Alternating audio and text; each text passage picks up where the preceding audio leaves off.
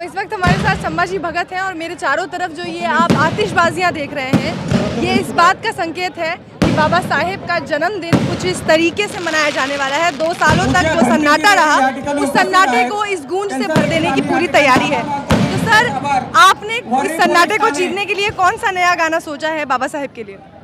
अभी बाबा साहब ने इस देश को डेमोक्रेसी दी और वो डेमोक्रेसी को डुबाने वाले लोग जो है अब राज कर रहे हैं, तो उनकी पहचान सारे समाज को होने की ज़रूरत है।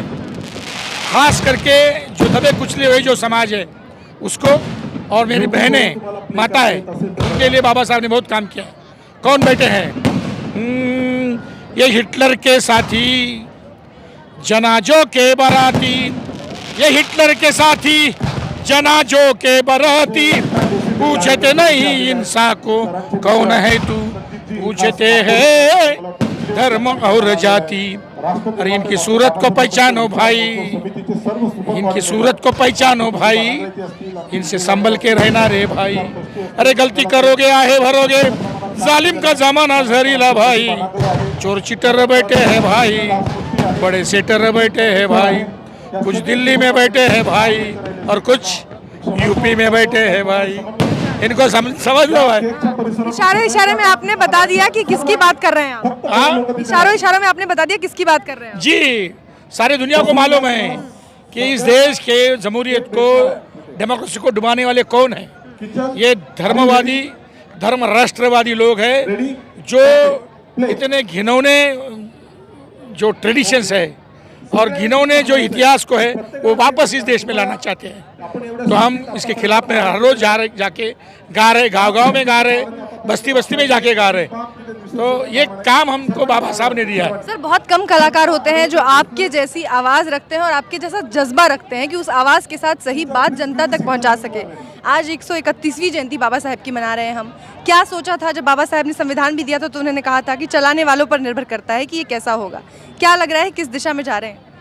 देखिए, भारत का संविधान जब बन रहा था तभी के सारे टाइम्स ऑफ इंडिया और बाकी के पेपर मैंने निकाले और पढ़े, तो वो टाइम में जो मनुवादी जो लोग हैं वो बार बार बाबा साहब को गाली दे रहे थे।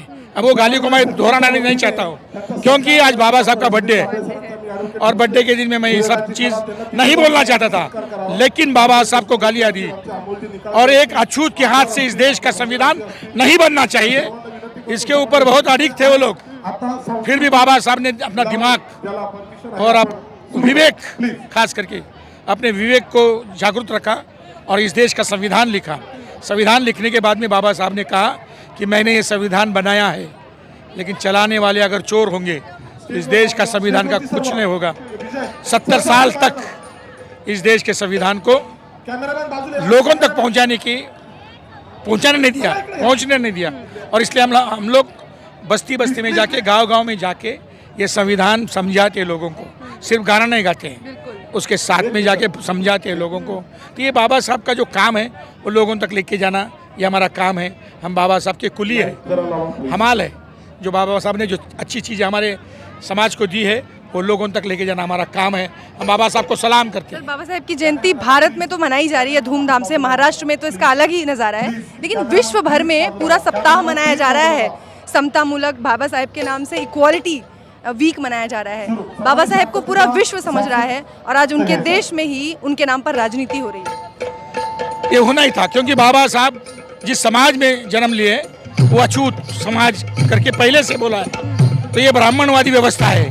ये ब्राह्मणवादी व्यवस्था कभी भी एक अच्छे इंसान को अच्छा नहीं कहती है, बराबर खराब इंसान को ही वो अच्छा कहते हैं। इसलिए बाबा साहब का जो कहना है तो हम इस देश के गांव तक, घर तक, हमारे बच्चे तक हम लेके जाएंगे।